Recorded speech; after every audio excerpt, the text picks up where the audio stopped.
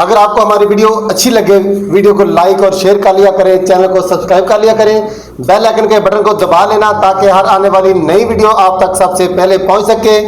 अपने वालिदैन का अपना ढेर सारा ख्याल रखिएगा। मिलते हैं किसी और वीडियो में, तब तक के लिए अल्लाह हाफिज।